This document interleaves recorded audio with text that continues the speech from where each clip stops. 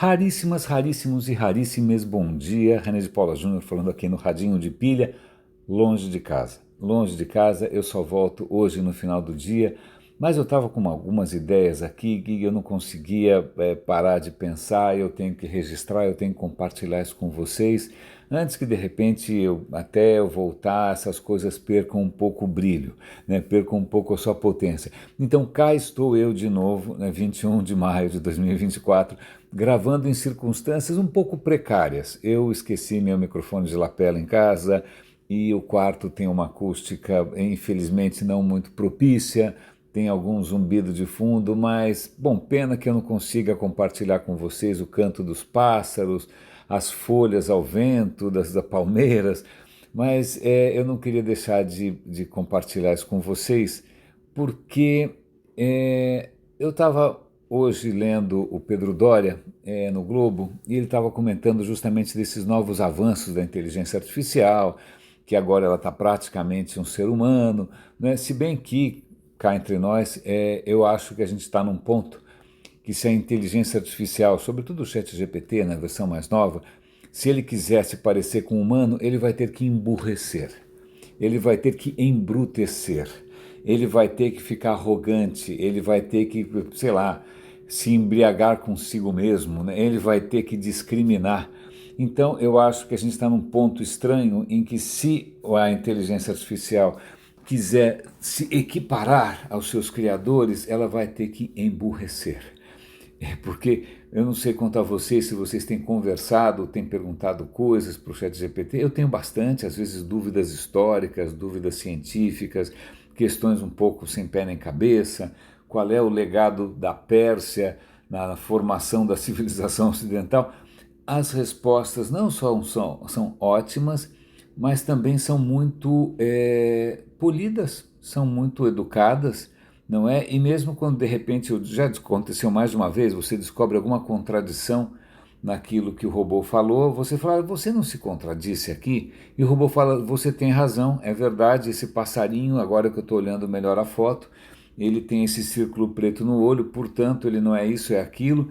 Então tem sido um interlocutor com uma, sei lá, com uma polidez, com uma educação difícil de encontrar em seres humanos. E aí eu vou conectar algumas coisas aqui muito diferentes. Eu estou lembrando aqui do meu velho amigo Luiz Fugante, da Escola Nômade, quando ele lá atrás, quanto tempo faz isso? 30 anos, eu não sei mais, né? Ele comentava conosco que houve um tempo, né, em que quando alguma coisa era proferida, alguma fala, algum enunciado, alguma, entre aspas, verdade, né, ela era verdade dependendo de quem disse. Se foi o rei que disse, não tem questão.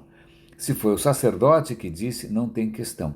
E a partir de um certo ponto, a gente tem uma transformação em que, peraí, não importa se o cara é o rei ou se é o sacerdote, e se ele tiver errado, né? Em que de repente a gente começa a avaliar uma verdade, um enunciado, uma fala, por ela mesma, independente de quem disse. Isso me faz lembrar um livro que eu comentei com vocês há bastante tempo já, um livro do Carlo Rovelli. Carlo Rovelli é um físico italiano, um excelente divulgador de ciências, uma pessoa encantadora, né? E ele fez um livro sobre Anaximandro. Anaximandro teria sido, né, um dos pioneiros, talvez o primeiro grego, se bem que não existia a Grécia naquele momento, certo? Tanto que ele não estava, não existia um país chamado Grécia, havia várias cidades que falavam grego, várias cidades no que hoje é a Turquia, no que hoje é, sei lá, a costa não sei da onde, no que hoje é a Grécia, no que hoje é Chipre.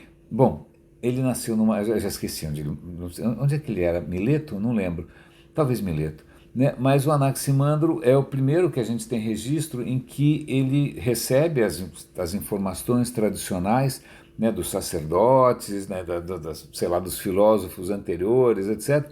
E ele fala, eu acho que não, eu acho que talvez eu tenha aqui uma teoria melhor, né, em que ele contesta isso, contesta e não tem sua cabeça cortada, né, não é queimado numa fogueira como a igreja vai fazer em profusão mais para frente, né, isso acontece porque mil perdões bateram na porta aqui, eu tive que interromper e eu não vou ter como editar, não tenho nenhum aplicativo no celular que me permita tirar essa brecha. mas acabou sendo útil pela razão que eu aproveitei, já que eu falei de Anaximandro, e fui perguntar para o ChatGPT quais eram as principais ideias do Anaximandro, enquanto os vizinhos aqui provavelmente estão tomando banho e fazendo barulhos esquisitos.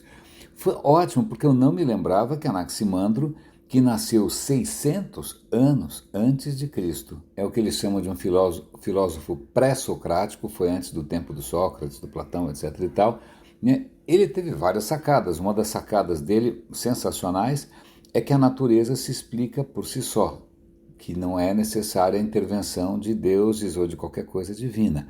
Ele também propôs que a Terra fosse um corpo, né, solto no espaço, Vejam, ele não acertou a esfera, ele imaginou que fosse um cilindro. Poxa, mas já é alguma coisa, já é bastante corajoso. Não é? Eu acho que ele também tem alguma contribuição para a cartografia. Cara, não é pouca coisa. E tem uma coisa que acho que é muito interessante também, que ele propõe, ao contrário de outros filósofos da época que propunham que o universo é feito de água, o universo é feito de fogo, o universo é feito de vento, né? Ele propôs que o universo fosse inteiro, o universo inteiro fosse uma substância chamada apeiron, uma substância infinita, uma substância sem fim, e o universo faz parte disso, e que obviamente isso me faz, né, pensar nesses livros que eu estou lendo. Eu acabei de ouvir quase 2 horas de palestra, de podcast do Sean Carroll falando sobre campos quânticos, e estou lendo lá outro livro também sobre campos quânticos, que na verdade a própria matéria, veja bem, não existe matéria, é tudo campo quântico. Então veja, 600 anos antes de Cristo, um cara resolveu, falou, olha, a sua explicação eu talvez tenha uma melhor, né? E isso é muito interessante por duas razões. Acho que a primeira delas é porque, com essa nova era dos chat GPTs da vida, quando eu pergunto alguma coisa e vem uma resposta absolutamente maravilhosa, tudo bem que o chat GPT me permite fazer correções ou questionar, mas é uma informação que, se eu não questionar, ela veio de onde? Eu vou acreditar porque é o chat GPT que falou? Da onde ele tirou isso? Como é que eu vou distinguir isso de um completo delírio digital? Né? Então, à medida em que a gente vai incorporando cada vez mais a inteligência artificial na vida da gente, é como se a gente estivesse retrocedendo, é como se a gente estivesse delegando a nossa autonomia, a nossa razão, a nossa racionalidade por uma caixa preta, algo absolutamente impenetrável, né? Enquanto provavelmente aqui embaixo do meu quarto alguém está passando com um carrinho e fazendo um barulho engraçado. Mas isso me perturba um pouco, porque afinal um dos princípios do iluminismo, e mesmo do pensamento grego, é que a gente fosse capaz, com a própria cachola, de descobrir cada vez melhor como o mundo funciona e conseguisse fazer alguma coisa a respeito. É assim que nasce a ciência, né? Então, na hora que a gente está praticamente fazendo orações para uma divindade inatingível e vem uma resposta que você não sabe muito bem de onde vem e que você nem é capaz de saber se tem resposta melhor ou não, né? Se aquele é o diagnóstico correto ou não, se aquela é a melhor opção, sim ou não, né? Eu me pergunto se a gente não retrocedeu um pouco nesse sonho que começa com Anaximandro, que vai pelo próprio iluminismo, e é muito interessante porque eu estava ouvindo ontem o Feynman, eu sempre comento do Feynman com vocês. O Feynman é prêmio Nobel, um físico absolutamente extraordinário, uma pessoa muito carismática, divertidíssima, era um físico bonitão, mulherengo, tocava bongo, não é mesmo? Veio para o Brasil, ficou horrorizado com a péssima qualidade, com o péssimo nível dos estudantes brasileiros, não é mesmo? Mas, aliás, tem uma anedota interessante. Eu estava ouvindo um livro dele que chama Ouvindo, na verdade, um audiolivro. Isso é importante, porque é um audiolivro, né? Eu trouxe livros para ler na praia, mas acontece que tem tanta coisa bonita para ver, tem tanta vida, tantos pássaros, tantos peixes, tanto tudo, tantas cores, que eu não consigo colocar. É quase um crime tirar a minha vista do que está acontecendo à minha volta. Então eu tenho esses dias todos ouvido audiolivros e podcasts sem parar, porque pelo menos eu continuo vendo, não é? E o Feynman, ele tem um livro que chama O Sentido Disso Tudo, The Meaning of It All, que na verdade são 3 palestras que ele deu, foram transcritas e virou um audiolivro, e é muito divertido porque é a transcrição de alguém que está improvisando, de alguém que está falando. Então é um outro ritmo de um livro escrito ali, revisado e tal. E ele menciona que quando ele veio ele está querendo fazer uma diferença entre o que é ciência e o que é tecnologia, né? E ele fala, olha, quando eu cheguei no Brasil, eu descobri que havia pessoas morando no alto do morro. No alto do morro, essas pessoas não têm água. Então, essas pessoas descem com a lata na cabeça até o nível do mar, onde talvez tenha alguma construção de algum prédio bacanudo, né? E eles vão pegar a água dessa construção e vão subir de novo com a lata na cabeça. E essa água vai voltar depois como esgoto não tratado, né? E vai descer dessa porcariada toda de novo. A questão por que, que não tem uma bomba levando água corrente para lá, água encanada? Não é um problema de tecnologia, não é um problema de ciência. A ciência a gente já conhece faz tempo. A tecnologia funciona nesses prédios bacanudos de Copacabana. Eles levam a água para a caixa d'água no topo do prédio. Então veja, o Brasil já foi imediatamente um exemplo de desigualdade e falta de vontade política, né? Eu achei a menção um pouco vergonhosa, mas tudo bem, é um retrato fiel, é isso, né? Se tem alguma coisa que representa o Brasil é a péssima distribuição de qualquer coisa. Alguns com muito sobrando, né? E outros com muito menos. Mas voltando aqui, a gente está falando aqui dessa questão de ciência, do Anaximandro, dessa questão de você, a partir de um certo momento na história, pelo menos na história do que a gente chama de Ocidente, a gente tem essa possibilidade de questionar, e acho que antes de ser interrompido pela batida na porta ali, o que eu ia comentar é que Anaximandro não morreu, ninguém matou o cara, sei lá, esquartejou, mandou para a Inquisição, essas coisas que a gente já fez de rodo, porque ele viveu num momento bastante interessante de expansão dessas cidades gregas, né? Cada cidade era bastante autônoma, cada cidade inclusive competia com as outras cidades em termos de riqueza, de proezas, de filósofos, de sabedoria. Então ele não tinha que se preocupar com uma autoridade central, com um rei, né, com um rei imperial, maluco, divino, seja o que for. Não, foi um período ali de bastante liberdade. Vale a pena lembrar que se tem um povo que também influenciou bastante o andar da carruagem aqui no Ocidente, foram os fenícios. Os fenícios eram comerciantes, eram navegadores, circulavam de lá para cá e inventaram o alfabeto. O alfabeto que os gregos adotaram, todo mundo adotou, né? Esse alfabeto fonético é uma invenção dos fenícios, que não estavam nem aí com imperadores centrais e com poder centralizado.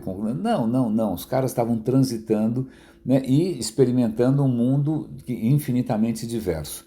Mas isso tudo costura com algumas coisas interessantes, porque eu assisti uma live do The Rest is History, que é aquele podcast inglês que eu adoro, estou sempre comentando aqui com vocês, e eles começaram uma conversa meio solta, eles tinham visitado a cidade de Sarajevo. Sarajevo fica hoje na Sérvia, né? A Sérvia não existia, sei lá, tanto tempo assim, mas eles foram visitar, eles vão falar da Primeira Guerra, e eles notam, eu nunca fui para a Sérvia, eu nunca fui para Sarajevo, né? Mas que Sarajevo é uma cidade curiosa porque ela parece uma boneca russa, aquelas matrósticas que tem uma bonequinha dentro da outra, né?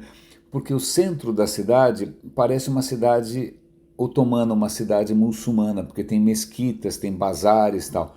Daí tem uma segunda camada em volta, que são prédios da época do Império Austro-Húngaro, porque é que o Império Austro-Húngaro dominou durante algum tempo aquela cidade. Então tem aqueles prédios magníficos, parece que você está em Viena. E aí você expande um pouco mais esse círculo e você tem prédios brutalistas do regime comunista da Iugoslávia, que foi comunista durante um bom tempo. A Iugoslávia não existe mais, vocês sabem disso, né? Eles estão comentando essa história toda, e aí vem aquela questão. Sarajevo fica, em princípio, no Ocidente, mas ela é uma cidade ocidental ou ela é uma cidade do Oriente, é uma cidade oriental?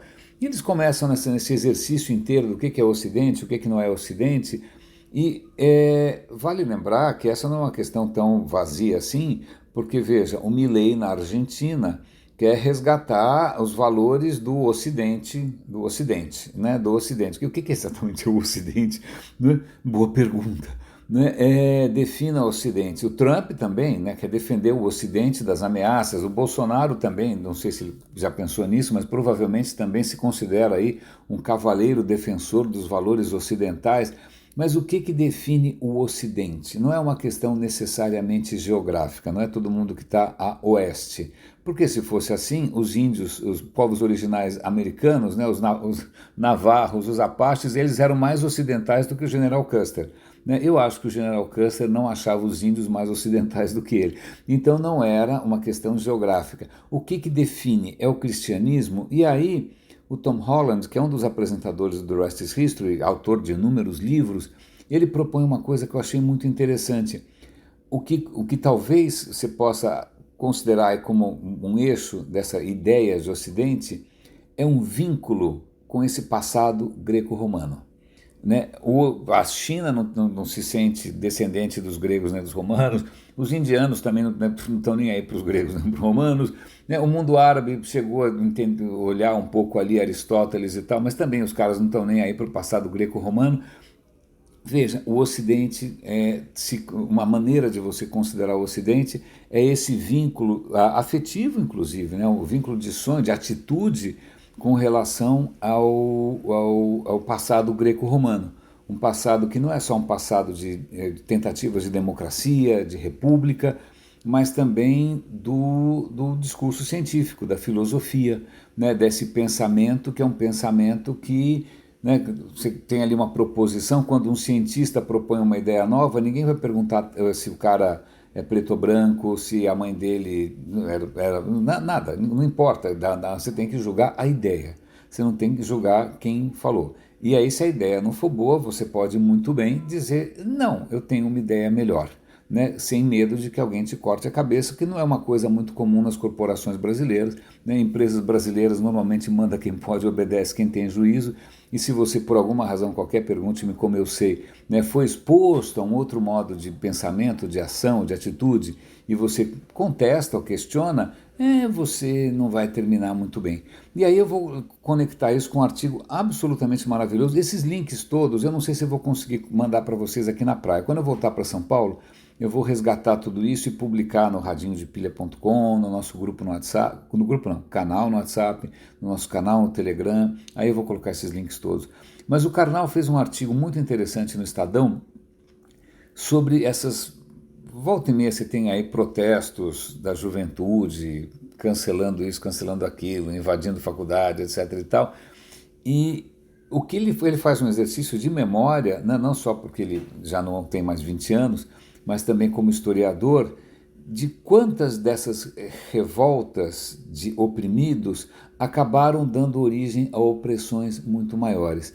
Então veja, quando surge o cristianismo, né, questionando a opressão romana, questionando a violência romana, questionando a truculência romana, né, e propondo inclusive uma vida de despojamento, uma vida de igualdade, uma vida de amor, a primeira coisa, assim que o cristianismo vira religião oficial, é obviamente truculência, perseguição aos hereges. Com o tempo você cria um Vaticano, você cria um Papa, você cria uma Inquisição, né? E a Inquisição matou muito mais gente de maneira muito mais cruel que o Coliseu de Roma. Né? E aí ele vai falar também sobre essa Revolução Francesa. A aristocracia nos oprime, a aristocracia é injusta, vamos derrubar a Bastilha. Legal, derruba a Bastilha. O que acontece imediatamente? O terror, onde cabeças são cortadas a rodo, né? Como nunca na aristocracia tinha cortado tanta cabeça. Agora, em nome de uma razão, em nome de uma certeza, vem essa zona toda. Ele vai mencionar inúmeras outras. Pega, por exemplo, a Revolução Russa, né, contra a opressão do czar, a opressão da realeza, da aristocracia. Os caras acabam em 5 minutos montando um regime opressivo, perseguidor, onde as pessoas não têm liberdade, onde as pessoas são mortas a rodo, né? Vale lembrar Stalin, vale lembrar o Holodomor, né, na Ucrânia, que o Stalin condenou a morrer de fome dezenas de milhões de ucranianos. Né?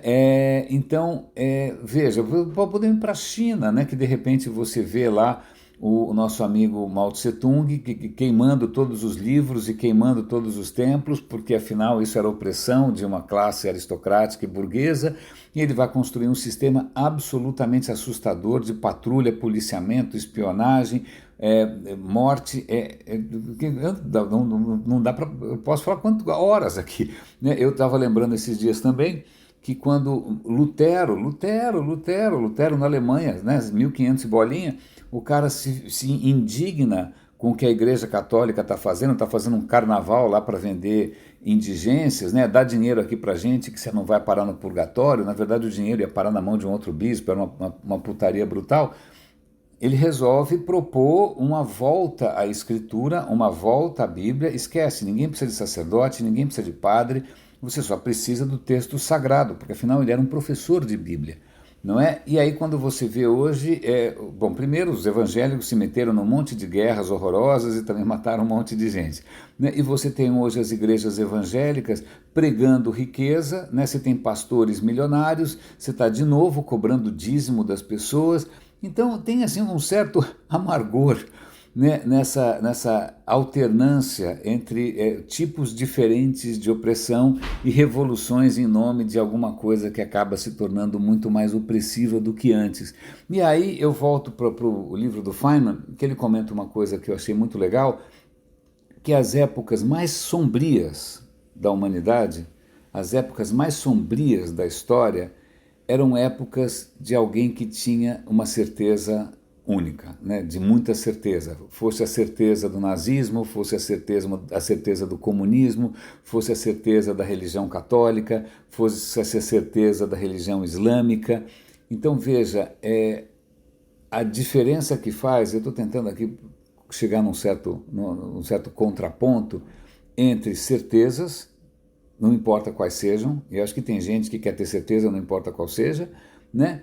E sim, um outro modo de vida, de existência, de construção do conhecimento, baseado na dúvida, na pergunta, na confissão bastante honesta de que você não sabe tudo ainda, que existem coisas por descobrir, né? Só que esses ciclos, né, de gente com certeza tentando impor uma verdade universal a todo mundo, parece relativamente inevitável. Eu até mandei uma pergunta lá para a live do The Rest is History, eles não atenderam a pergunta, infelizmente.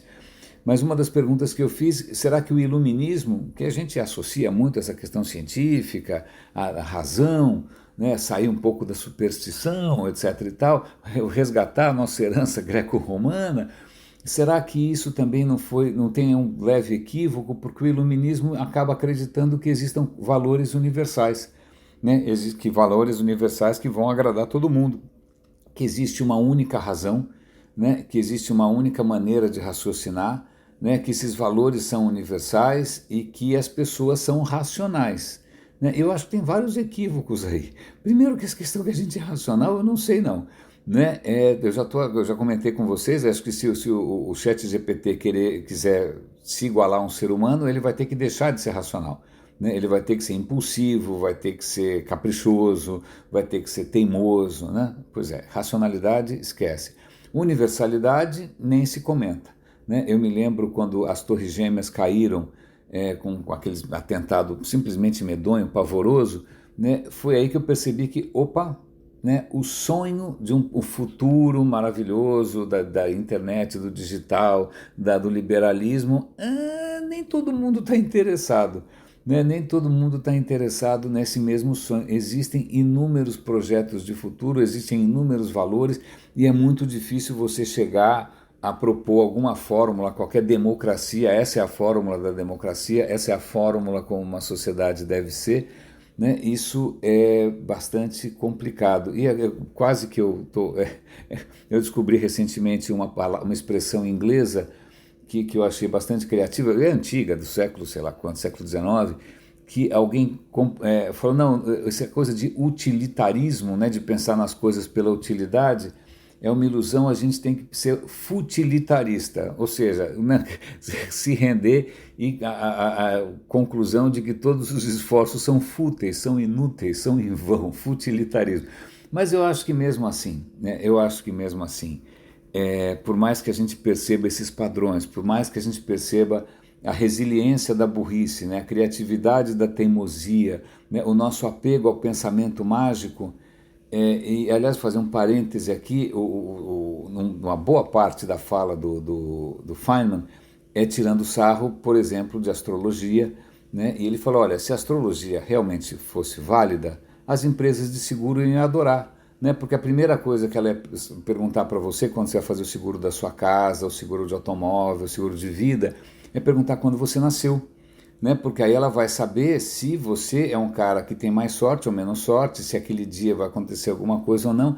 Então, se as empresas de seguro que não querem perder dinheiro nunca, não perguntam o seu signo, então é para a gente parar para pensar. Eu nem vou falar aqui, como ele falou bastante tempo no audiolivro ali, sobre a absoluta falta de fundamento da astrologia, porque a astrologia pressupondo que, sei lá o que, Júpiter, que está a uma distância de dezenas de milhões de quilômetros daqui, vai ter alguma influência possível na hora exata do cálculo e que isso vai fazer com que você e que... Não, nem vamos falar da questão da física, não, pelo amor de Deus, eu imagino que vocês não faltaram nessa aula, eu imagino que vocês tenham uma certa noção de que não existe nenhuma energia misteriosa movendo o seu destino pelos alinhamentos planetários no universo que é tridimensional. Né? Então, mas o que é mais interessante aqui é a gente pensar um pouco, até do ponto de vista mais prático. Né? Eu falei aqui do 11 de setembro, né? Naquele dia, milhares de pessoas morreram ao mesmo tempo. Milhares. Eram todas do mesmo signo, do mesmo ascendente? Né? Será que mais pessoas de Libra morreram do que pessoas de Virgem? Né? Será que todas as pessoas de Câncer ficaram em casa, né, e foram poupadas da desgraça? Eu acho que não, e não, esse raciocínio meu não é tão novo assim, porque o Feynman disse que no século XIX, quando começa a surgir a estatística, né, essa tentativa de você entender as coisas aleatórias, eles resolveram ver se, por exemplo, missionários, que são pessoas abençoadas, né, você não questiona o que fala um padre, você não questiona o que fala um sacerdote, né, eles rezam o dia inteiro, né, são pessoas mais próximas de Deus. Então vamos ver se isso influencia, por exemplo, o número de naufrágios, porque naquela época os missionários tinham que circular pelo mundo inteiro espalhando, né? Imagina que legal, né? Você lá é um navarro, você é um apache, né, feliz e contente, e aí chega lá um cara triste, né, com uma roupa horrorosa, meio carequinho, e falou, olha, é o seguinte, eu lamento informar, mas você vive em pecado, não é mesmo? A sua alma está condenada ao inferno, né, e inclusive essa coisa aí de sexo que vocês estão fazendo o tempo todo, meu Deus do céu, isso é a pior coisa que vocês podiam fazer. Aí o navarro olha e fala, desculpa, eu não estou entendendo muito bem o valor da sua proposta. Né? Mas, pois bem, os missionários tinham que ir para lá, para cima e para baixo, espalhando essa boa nova, que até hoje eu não entendi que boa nova é essa, até hoje eu não entendi como é que alguém morrer redime os outros, não sei do que. Aliás, se você parar para pensar, eu recomendo que você pare para pensar do que você foi redimido, né? Se você foi redimido, por que as coisas continuam complicadas, eu não entendo. Isso me parece só assessoria de imprensa que não sabia explicar como é que o filho do Big Boss morreu e o Big Boss não fez nada a respeito, você tem que inventar uma história. Né? Mas voltando, os missionários têm que circular pelo mundo de navio, certo? Os navios afundam, certo? Certo? Então vamos fazer uma conta aqui, vamos ver quantos navios afundaram com missionários dentro e quantos afundaram sem missionários dentro. Tem alguma diferença? Não. Estatisticamente, né, se tem um naufrágio, os missionários morrem menos? Também não.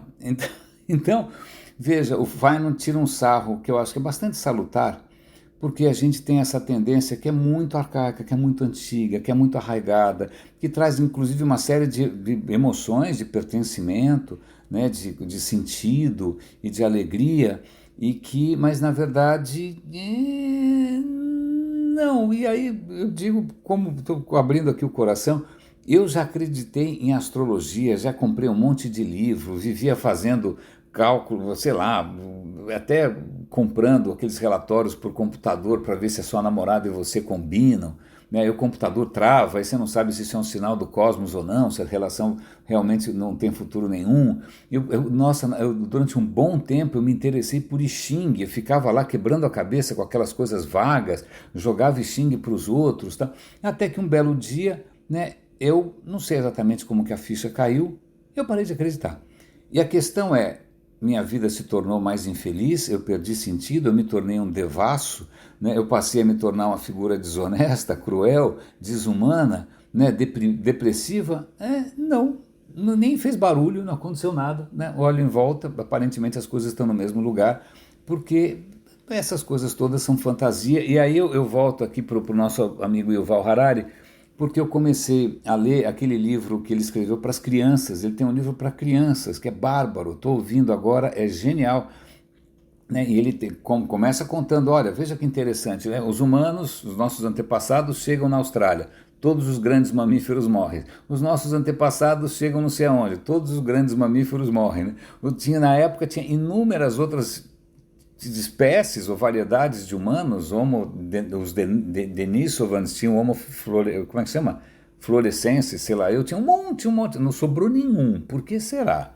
Né? Porque a gente trucidou todo mundo, a gente acabou com todos eles, porque a gente tem um superpoder que não são os nossos músculos, não é a nossa beleza, não é nada, é simplesmente o fato de que a gente consegue colaborar em grandes números. Nenhum outro primata, nenhum outro hominídeo, né, que fala. Hominídeo tinha essa capacidade. Os Neandertal estavam super bem, felizes da vida, mas eles não conseguiam chegar num bando de 1000 para arrasar todo mundo, porque eles não tinham como se coordenar.